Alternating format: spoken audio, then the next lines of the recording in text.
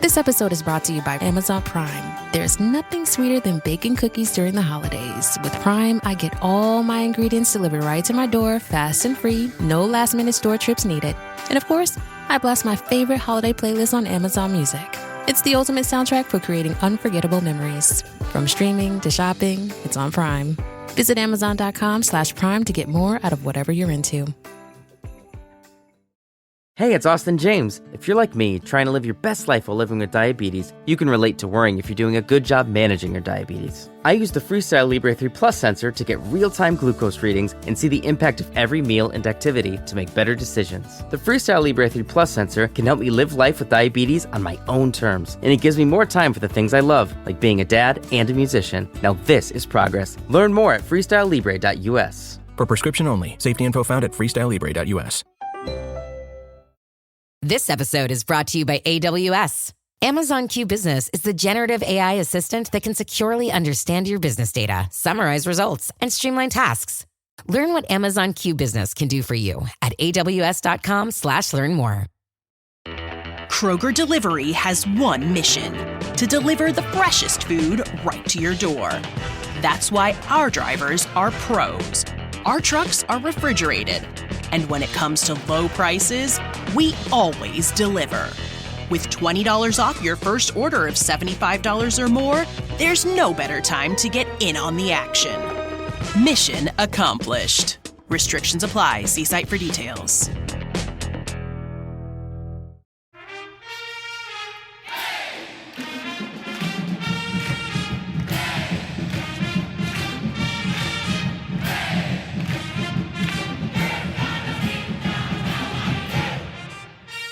Hey there, Duke fans, and welcome to DBR Bites, episode number 74.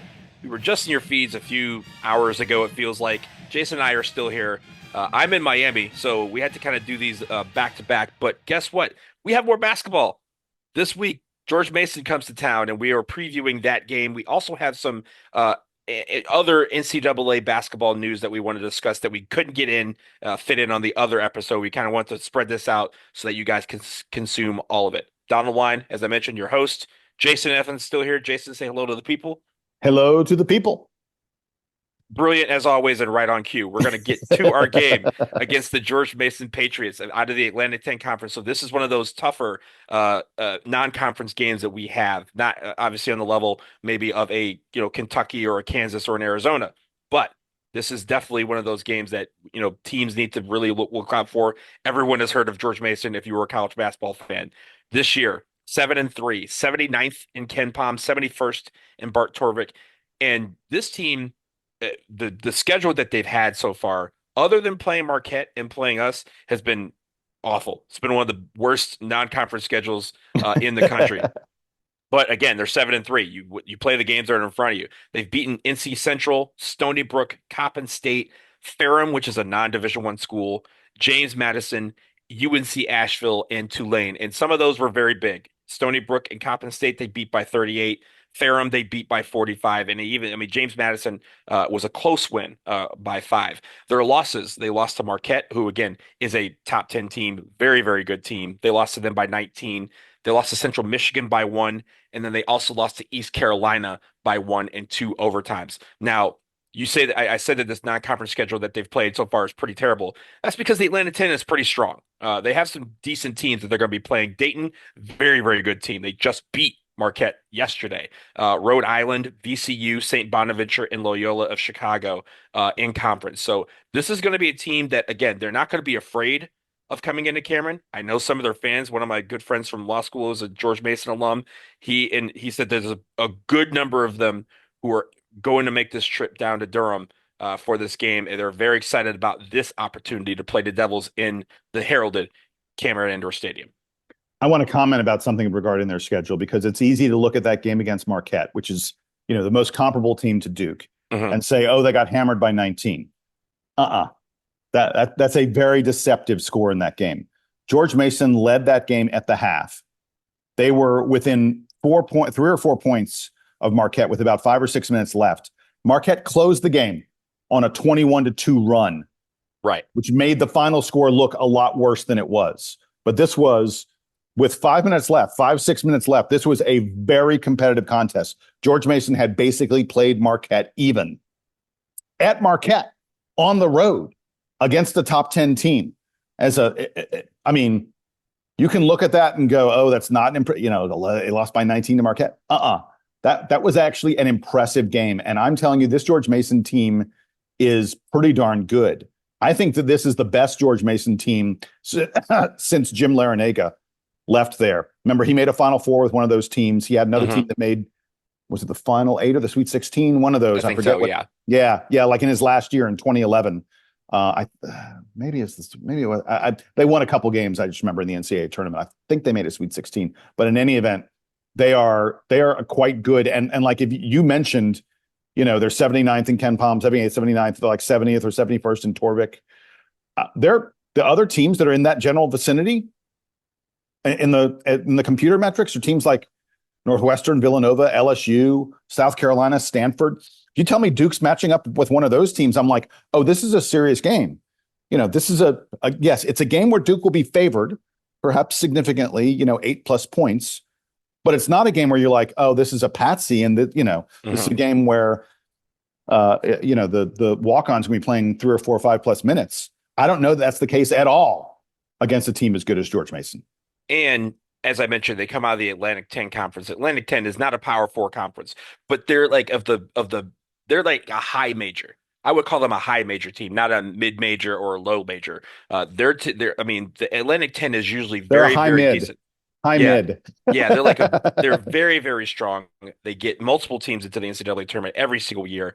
This team is one of those teams that could possibly do it. Now, are they doing well so far this year related to the rest of the conference? Not really. 7-3 is still a really good record, but as you mentioned, they're going to have some tough days ahead of them. They're going to have a tough conference schedule, and so this is the kind of the last big game that they have to show that if they are able to, do well in the A10, they can get into the tournament. And if they did that, they would be your 10 seed. Maybe even your 7 seed. That sort of team is what's coming to Cameron on Tuesday night. So, Jason, let's get into the analytics, offense and defense. Take it away. Yeah, they're a legit top 50 defensive team. They've got guys who will get in your face, put in the hard work of guarding. Opponents only hit, get ready for the number. George Mason's opponents only hit 27.5% from three-point range against them. And here's an even better number. They only hit 42.8% from 2-point range. Now, that's not because George Mason is a great shot blocking team. It is because they get their hands in your face and every shot is contested. And as a result of that, this is a team that has one of the top 5 defensive efficiencies in terms of field goal percentage defense in the entire country. And you can tell that because they play at a super slow pace. Like it takes teams a long time to find the shot they want. And quite often they don't find the shot they want. But this is like one of the 40 slowest teams in the land on defense. And that's because they're spending so much time and effort guarding you and making sure you don't get a good shot. Jason, on the last episode, we had a whole discussion about whether we're a poor shooting 3-point team, and George Mason's whole philosophy is let's make everybody a poor shooting 3-point team, because that's how, like you said, they're not taking the ball away from people. Yeah. But they are very tough in your face, and they make you take a bad shot late in the shot clock. Yeah. They do a decent job, by the way, of not fouling. They're not, like you said, they're not going to get a ton of steals. They're not great at defensive rebounding. That's the place where you can grab offensive rebounds on them. That's something that Duke, I think, needs to focus on this game. The other thing that jumps out at them is that they allow teams to take a ton of 3-pointers. On the last episode, Donald, when we were talking about whether or not Duke was a good 3-point shooting team, I mentioned that Duke shoots an outrageous 48% of our shots from 3-point range. George Mason allows their opponents to take 44% of their shots from 3-point range. It's almost, I don't know, I haven't studied it enough. It's almost a little bit of a pack line kind of thing, like Virginia, where they're like, we're not going to, if you want to take a shot from out there, fine, go for it. But we're not going to let you get past us. And as a result, teams take a pretty fair number of threes against them. And that is something that I think you could look for from Duke a lot. I would expect Duke to be in the 20s, maybe the upper 20s in terms of 3-pointers attempted against this George Mason team. Now, let's talk about them on offense. They put the ball on the floor and they drive to the basket. That is what this team does. Now, being a team that dribbles into the paint a lot means two things. The first of those things is you're going to get to the free throw line. You're going to get fouled. They have the fifth highest free throw rate of any team in the country. 25% of their points come at the free throw line. A quarter of their points are scored at the free throw line. That's the 11th most in college hoops. But the other thing about dribbling a lot is a weakness. If you dribble a lot, you give up a lot of steals. They have a terrible steal percentage. They're among the bottom 50 teams in college hoops on turnovers. 21% of their possessions end in a turnover. If you're Duke, you want that to be a live turnover where you're racing the other direction and getting an easy basket. Because as we've said, this George Mason team does not give up a lot of easy baskets. They get a hand in your face. They force you to take tough shots. It's worth noting that with dudes crashing to the bucket so much, putting the ball on the floor, going into the lane, crashing to the bucket, your help defense has to work a little bit, and that opens up lanes for offensive rebounding. I said they're not a great defensive rebounding team. They're a very good offensive rebounding team. Top 50 in the country at offensive rebounding. And in terms of outside shooting, just an average, they hit 33%, which is right on the national average. They don't take a ton of threes. A slightly below average 3-point rate in terms of number of ones they're going to shoot. This is, again, mostly a team that wants to get to the rim. They want to put the ball on the floor on offense and get to the rim. Should I get to the players that are trying to do that, Donald? Oh, real quick. You mentioned, I think this is important to note. You mentioned earlier about their effective field goal percentage on defense and how good it is. George Mason's effective field goal percentage on defense is third in the country. They're at 41.8%. It's a formula that calculates the number of threes you take and how many essentially points you can get out of every possession. Duke at 42.4% is seventh. So this team is better than Duke, the number one team on defense, according to KenPom, at an effective field goal percentage. Actually, we're number two. We just got passed. Oh, we got passed. Tennessee blew out, I think it was Ohio State. Tennessee just blew the doors off of Ohio State yesterday, and they passed. Of course they would. Wait. I may have it wrong. Maybe it was Auburn that blew. Auburn blew out Ohio State. Tennessee beat Miami the other day. Yeah, I forget what happened. But Tennessee is now the number one team. I mean, just barely ahead of Duke in defensive. It's because we had a week off, Jason. Once we get done with this, we'll be back. This is the hope, right? We played a good defense on Tuesday. We should be fine. But yes, I think again, it was Illinois. Tennessee played Illinois, and they held them to 64. It was a close game, 66-64. But they held Illinois to 64 points, and it vaulted them to number one. Anyway. We'll get it back at some point this season. I have no doubt. But I say that to say that we talk about how great our defense is. This defense has those tendencies, and again, maybe there's some holes here and there for them. But this is a defensively sound basketball team that is going to try and ruffle our feathers, and especially given some of our recent struggles from beyond the arc, they're going to try and use that to their advantage. All right, so now let's get to the players. Deep team. George Mason, 9 guys play double-digit minutes. There's only 1 guy who plays more than 30. Figuring out which of these guys is going to play is a little bit of a difficult chore. Important thing to note about them. The entire team, other than they've 3 freshmen who don't play all that much, every other guy on the team started their career someplace else, did not start their career at George Mason. There are a few of them who've been there for like 2 years, but most of the roster is like brand new this year. It's just guys who transferred in just last season. And it's worth noting a pretty fair number of those transfers came from power conference programs, guys who played at Auburn, Virginia Tech, Syracuse, Oklahoma State, programs like that, and are now playing at George Mason. Their leading scorer is a guy named Darius Maddox. If you recognize that name, it's because he played at Virginia Tech for 3 years. He's been at George Mason the past 2 years, averages about 15 points per game. I've talked about their style, putting the ball on the floor, getting to the free throw line. Darius Maddox, this is what he does. He gets to the free throw line a lot, and he hits 90% from the free throw line. Yeah. He is 6'5". He is very solidly built.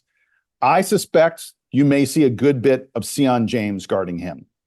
He's the kind of guy that I think Sion will go, all right, I got that one. You guys take the rest. And Sion could be a really tough matchup for Darius Maddox.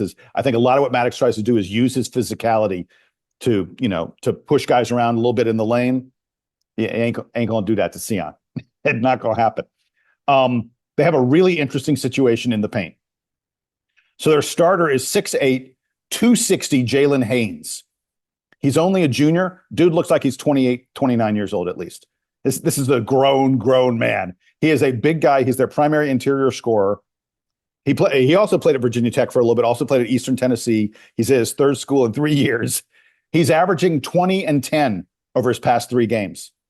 This is a dude who's capable of putting up big numbers on you, and he's a strong rebounder. He will not go outside, but he is a force in the paint, and he gets a lot of offensive rebounds, and he also gets fouled a lot.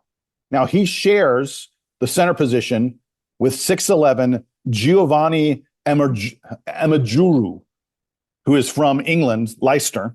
If you're a football fan, you may know the city of Leicester. Leicester. Sorry. I know football, so I know ball. There you go, man. Anyway, Emajuru is 6'11", 265. He's just a monster.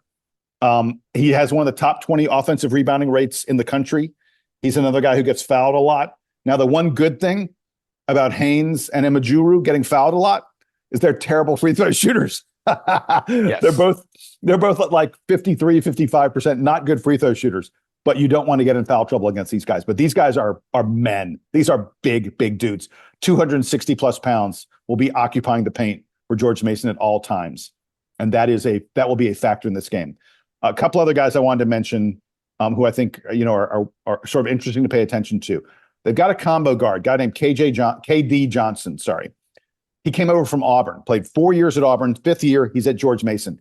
He played significant minutes for Auburn. Like, he was 20 minute per game guy for Auburn last season. And you would think a guy like that would come to a smaller program like George Mason and would dominate at a lower level. But he's also playing about 20 minutes per game. He's not a starter. But this is someone who has big game experience, knows playing teams as talented and as good as Duke. And I think he's an interesting player for them. And they've been waiting for KD Johnson to sort of explode and turn into the player I think they expected him to be. He hasn't been there yet. I hope it doesn't start against Duke. And then the last one is you always look out for whenever Duke is playing a smaller school, a team that's going to be an underdog. You're like, who's the 3-point shooter who's going to go off? Who's the 3-point shooter who might shoot them into this game if Duke's having trouble with them? And that is 6'7" forward Zach Anderson. He played at Florida Gulf Coast for 4 years, came to George Mason for his 5th season. By the way, you've heard me mention several times, they have a bunch of 5th-year seniors going to be playing a bunch of 23, 24-year-olds. But anyway, Zach Anderson is a career 40% shooter from 3.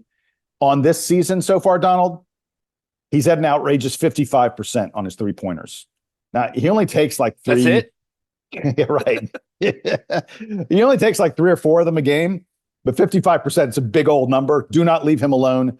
And I hope I hope this isn't the game where he goes, hey, let's see what happens if I take 7, 8, 10 3-pointers. Because this is a guy who can really, really shoot. So, first of all, 55%, that's nothing. We can do that in one game. So I'm not necessarily worried about that. No, I am. That's a very good shot. But Jason, I want to move on to things we kind of look out for, some of the matchups and some of the things to look out for in this game. The first thing I have is that you mentioned that they dribble the ball a lot, and because of that, they get the ball taken from them a lot. They average 13.6 turnovers per game. Get turnovers. Be aggressive in the passing lanes. Make them take bad decisions with the basketball, because George Mason will let you do that. And they will make bad decisions with the basketball if you put them in that position. They have several guys that average over 2 turnovers per game. So they're very susceptible to having the ball taken from them. And as we have seen this year, we've done a lot with going the other way and getting points off turnovers. That's going to be a major X factor in this game to me. The other thing is, you mentioned some of the beef that they have in the middle. Win the rebounding battle. This team averages almost 40 rebounds a game as a team. But as you mentioned, they allow offensive rebounds regularly. So this is a team that on offense, again, Kama Malawach, let's hope he can have a big day. It's a big test for him because he might be the tallest guy on the floor, but not the widest guy on the floor. This is going to be a test for him to maintain his footwork, because I thought what he did last game was a lot better with regards to, making sure that he was in the right positions to get rebounds, and then also going up and getting points off of them. But I really like this matchup because, again, it's a big test for Kama Malawach. And, the question that we have, Jason, is after a week, is Malik Brown going to be ready to play? Are they going to bring him back, or are they going to hold him out another game? Again, we mentioned that his toe injury isn't serious, but this is the type of game that you maybe get him some minutes back on the floor just to ease him back into the swing of things and make it where there's not as much rest, because right after this, we get back in the ACC season with another game on the road. So I think maybe you see a little bit more Malik Brown in this game after that one game sitting out with the toe injury. Final thing, Jason. Hit open jumpers. We are going to get them. The big Achilles heel that we've had so far this year is that we haven't been making them. And in the way that we have been, passing the ball around, I think has been great. Our assist rate, I'm going to be looking at that, because I feel like if we have a high assist rate, it's going to be that we hit a lot more jumpers, and we got a lot more, guys inside the paint that were able to make things happen off the pass. And I think passing the ball around, getting open looks is going to be crucial against a defense that is known to be in your face and be very physical and try to make you take a bad shot. If you have to wait a few seconds to get that right angle, great. Don't be too unselfish, right? Sometimes we're susceptible to that, right? Sometimes we pass the ball around like 15 times and nobody wants to take the shot because they want to set up someone for a better shot. If you have a good shot, take it. Be confident in the fact that you can make it.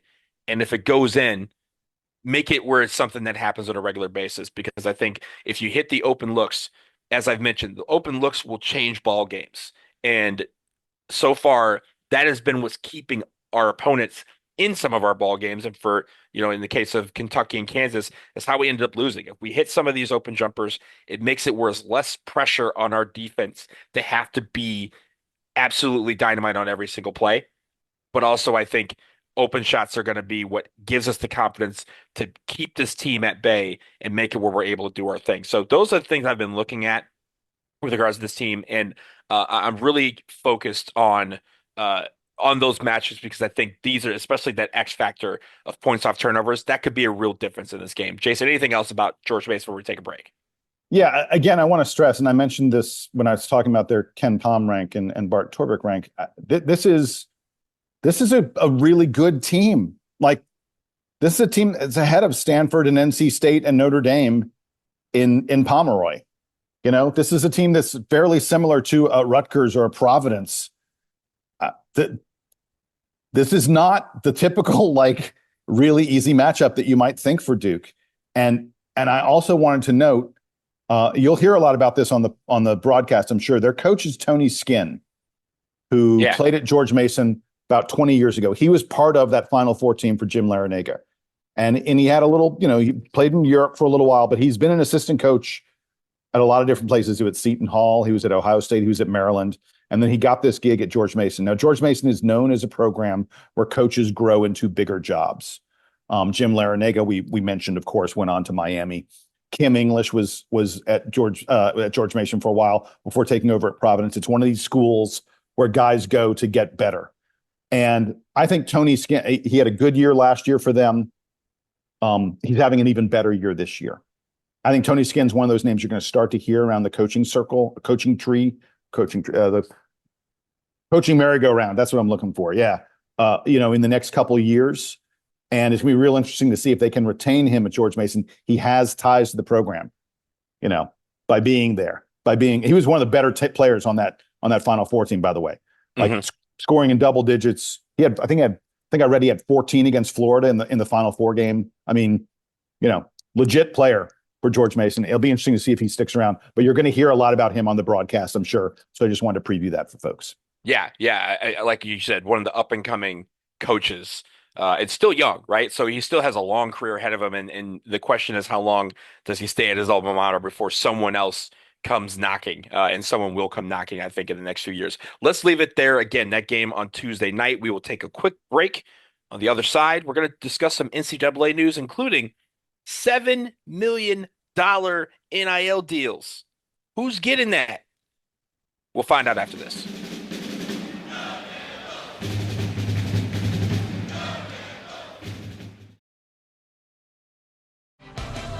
This episode is brought to you by Disney Plus. Game on, because ESPN Plus content is available on Disney Plus. You can watch your favorites from Disney Plus, Hulu, and ESPN Plus together like never before. With ESPN Plus, unwrap a full day of NBA action on Christmas Day. Tip off the festivities with the Spurs and Knicks, followed by the Mavs and Timberwolves. Then a clash between the Lakers and Warriors, followed by the 76ers and Celtics. And finally, the Nuggets face off against the Suns, all streaming December 25th. Then with Hulu, watch the terrifying sci-fi thriller Alien Romulus, where a group of young space colonizers come face to face with the ultimate horror. And on Disney Plus, follow the adventures of 4 kids across the galaxy as they meet unlikely allies and enemies in Star Wars: Skeleton Crew, starring Jude Law. All of these and more now streaming and available with a bundle subscription. Visit DisneyPlus.com for details. Terms apply. At Sierra, discover joyous deals on great gifts for everyone on your list. Like cozy slippers, ski gear, fishing poles, bikes, large kayaks, even larger canoes. Whew, which might lead to another discovery.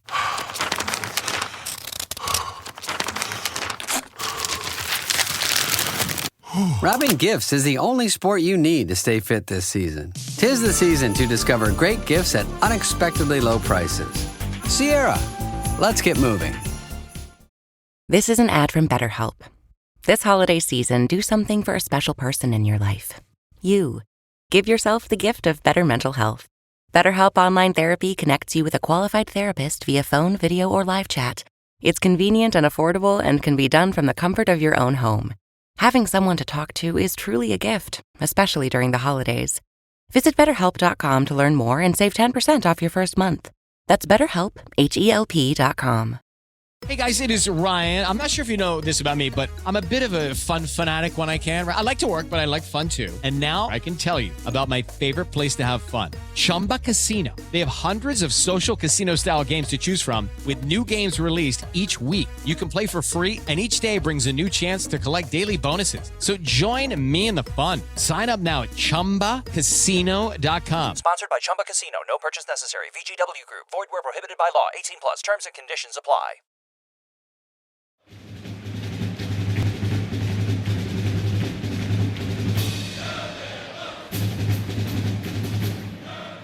All right, we are back, and we shift our news to everything else that we've kind of been seeing in the NCAA basketball world. And we start with this. AJ Dybantsa, who is the #1 player in the class of 2025.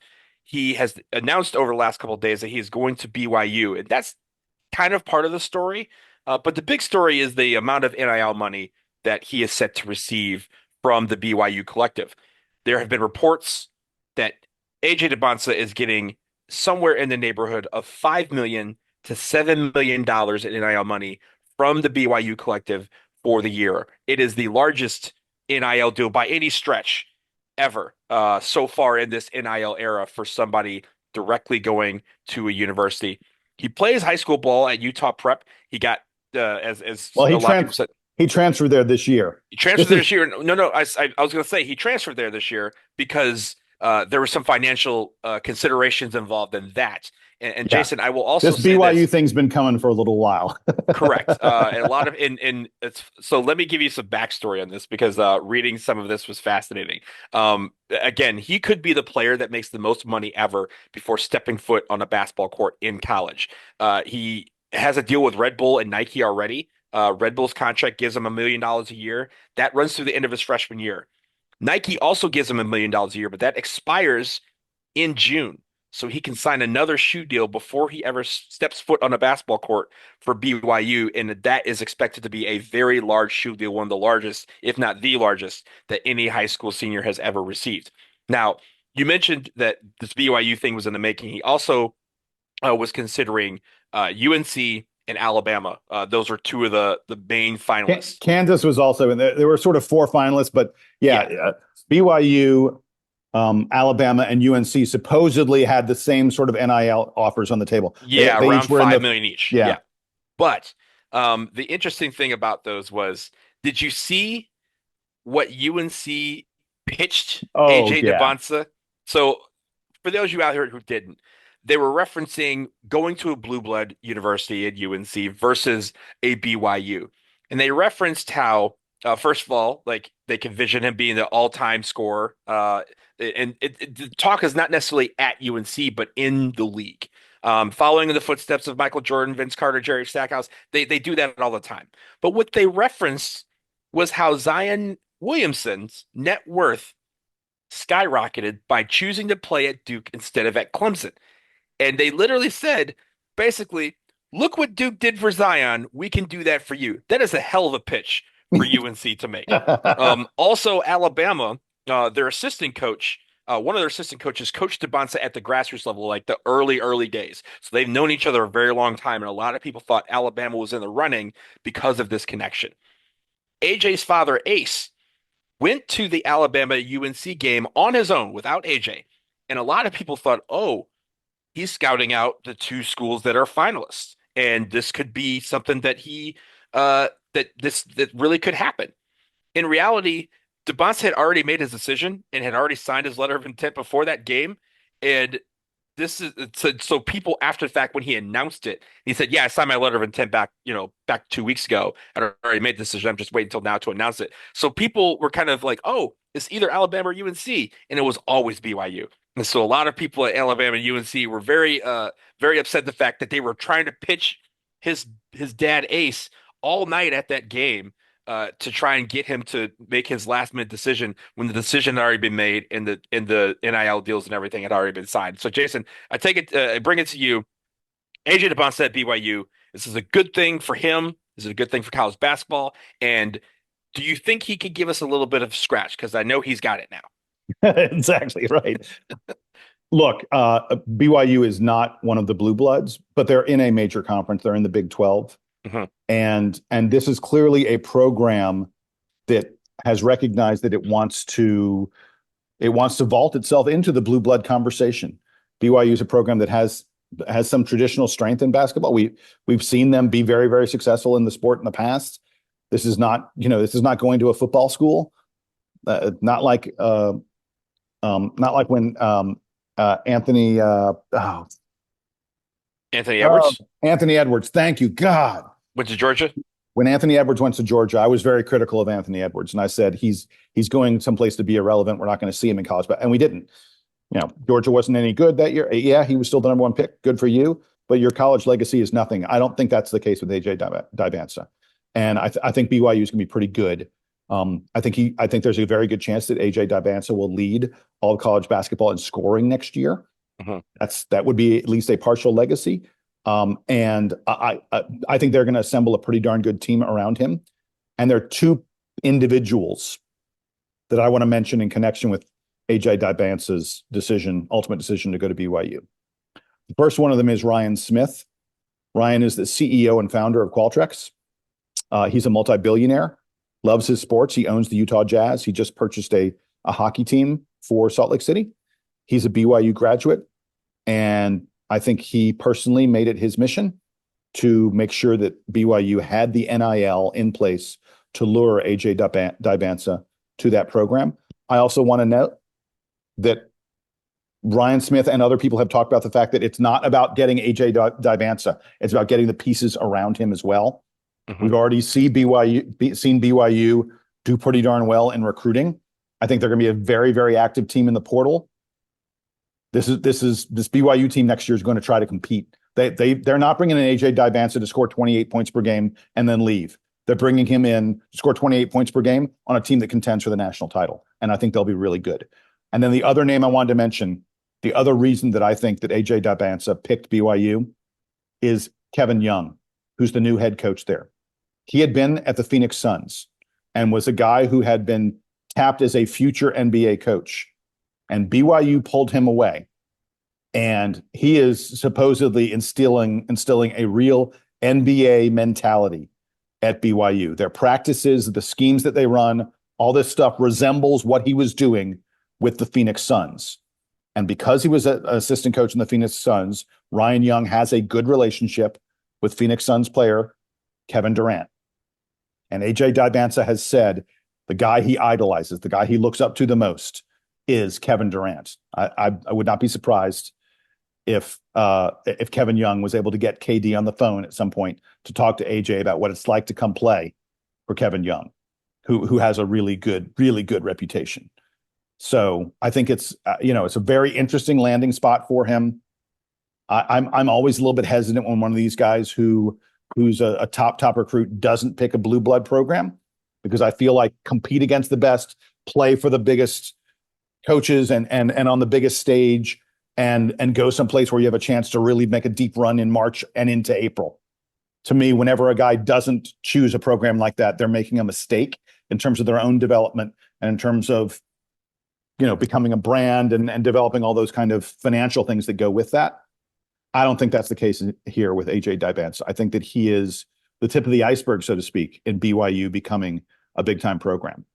You mentioned Ryan Smith, the owner. He owns the Jazz. He owns the Utah Hockey Club, which will have a new name at some point, that just moved there. He owns Major League Soccer's Real Salt Lake. He owns a lot of things. And as you mentioned, was a BYU alum. The other piece of this is you mentioned the fact that he's been trying to up the NIL quotient for BYU. The other entity that is also helping with that is the Church of Latter-day Saints. Yeah, exactly. They have been basically has said, we make, however much money they have, they're like, we want to use some of this to boost the stature of the school. And the way to boost it is through college sports, through football and through basketball. And with the addition of them to the Big 12, they have said, we are going to step up our contributions to the NIL collective immensely. I think that is what's going to help keep them relevant and get some of these extra guys that they're going to build around AJ Dybantsa. So yeah, it's a very interesting thing. And the question, of course, is, does it work out? And with all this NIL money, everyone's starting to throw out. We were saying how quickly the landscape has changed. Over the summer, we were talking about teams are paying upwards of $4 million, $5 million. And now we're like, $20 million ain't going to be enough. And this settlement that the NCAA had where every team could get up to $25 million, that's going to be, for basically earmarked for one player very, very soon here, the way this is going. But it's going to be interesting to see if they decide that is worth the juice is worth the squeeze. All the investment in NIL collective is going to yield a winner or a team that's going to bring BYU to the national stage in these sports. So look out for AJ Dybantsa. He's an incredible player. For one thing, he will be a future all-pro in the NBA. That's how good he can be. And Duke was recruiting him at one point before we got the boozers. Very, very, but this guy is going to be a guy you're going to want to watch in college. And I think that's the point. Now you got to watch him at BYU, and BYU wants eyeballs on their university just like everybody else. Exactly. Let's move on, Jason, because related to all that is a thing about the NCAA and the NCAA tournament. We have talked about this in the past, but as I'll let you explain, this is now something where it is more officially discussed amongst the NCAA, and that is NCAA tournament expansion. Yeah. So the NCAA is sort of finally talking about really doing this and expanding March Madness to 72, 76 teams. In the past, we've heard little hints here and there. We're going to discuss this maybe. It sounds like it's becoming more and more of a reality. I think it was NCAA President Charlie Baker who's openly talking about it now. In just the past week or so, he came out and said that I think the word was he's bullish on the tournament expanding to either 72 or 76 teams.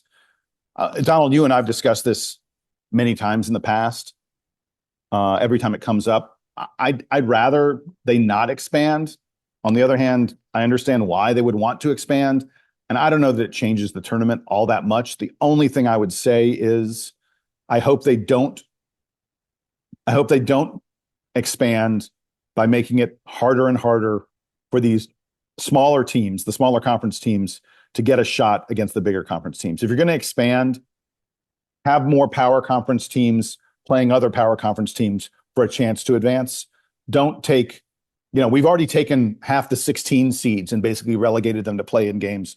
Don't take the 15 seeds and also do that as well. That's where I am on all this. What's your feeling? You took the words right out of my mouth. We've discussed this before, as you mentioned. I said if you expand to 72 or 76, the automatic qualifiers should not be a part of that. They should not be forced into the play-in games. They have earned a bid in the tournament. And I think you do into them an injustice by saying you won your conference tournament. You did everything we asked you to do. Congratulations. Now go play your way in. I think that should be, if again, we have all the talk. We never talk about during Selection Sunday. We never talk about the Howards and the NC Centrals and the Canisiuses and those type of schools, right? Yeah. We talk about the bubble teams who made it and who didn't. Okay, your bubble team, you think you should deserve to be in the tournament? Okay, go play for it. That should be who should be playing for it. Make them 10, 11 seeds, 11 or 12 seeds, whatever you want to do. But a bubble team thinks they should be in, they should be the ones in this playing game if they expand. Take the 16 seeds out of it. Give them an opportunity to be a part of the tournament that they worked hard to do and to earn and to get to. This is an opportunity that for some of these guys comes once in a lifetime, right? You don't see a lot of these schools in the tournament every single year where it's not an anomaly anymore. They celebrate this thing like they won a national championship. So give them the opportunity to play and save the playing games, the first four, for the 11 seeds, the bubble teams. Because honestly, Jason, like, I don't really watch, unless there's a connection, I don't really watch the 16 seed game. I watch the other game. Because that's the one I want to see, because that's always an 11 seed or 12 seed that could, again, we've seen George Mason, we've seen Syracuse use that to springboard their way to the Final Four. You're never seeing that with a 16 seed. So unless it's Howard, right? Howard was in it a couple years ago, and we're like, yo, Kenny Blakeney, fan of the pod, friend of the pod, like, I'm going to watch that game. But I want to see that game in round one, not in the play-in game. Yeah, I agree. And the other thing about all that is I feel like as we expand the field more and more, you're taking away the advantage of the regular season. If you have those automatic qualifiers playing the 1s and the 2 seeds, then suddenly there's that's an extra advantage of those teams playing well, being one of the 6, 8, 10 best teams in the country. Actually gave you a reward because your path, especially your first round game, is significantly easier potentially. Don't tell that to Virginia. Right. or Purdue for that matter. It can happen. But for the most part, you have a little bit easier path in your first game. And that's an appropriate reward for a team like that has that good a season. I would way rather see them get rid of the 16 play-in games completely, if they would even consider that, and put nothing but the power conference teams, the at-large teams, into those other play-in games if you go to 72 or 76. I think that would be the better way to do the field, in my opinion. I don't know that they'll listen to me because the power conferences have all the power and the small conferences are just like, looking for scraps falling off the table. And that's what all this is. But anyway, that's where I am on this. And I wish expansion wouldn't happen, but if it happens, don't make it at the expense of the teams that are, getting their one chance at a big time opponent. Look, all the things that NCAA needs to work on, they need to fix.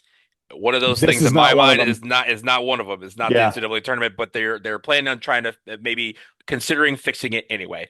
So we'll see what happens if they actually do it, or if they decide to focus on something that actually is broken, transfer portal. But we will leave it here on this episode of DBR Bites. Again, the George Mason game, Tuesday night, 7 p.m. Eastern Time, ACC Network. If you are not going to Cameron, you can tune in and check it out there. Obviously, after the game, send your headlines to dbrpodcast@gmail.com. We will be back at some point after the game to recap our game against the George Mason Patriots. But until then, for Jason Evans, I am Donald Wine. Hello, sunny Miami. Goodbye to all of you as the Duke Band plays us out and takes us home.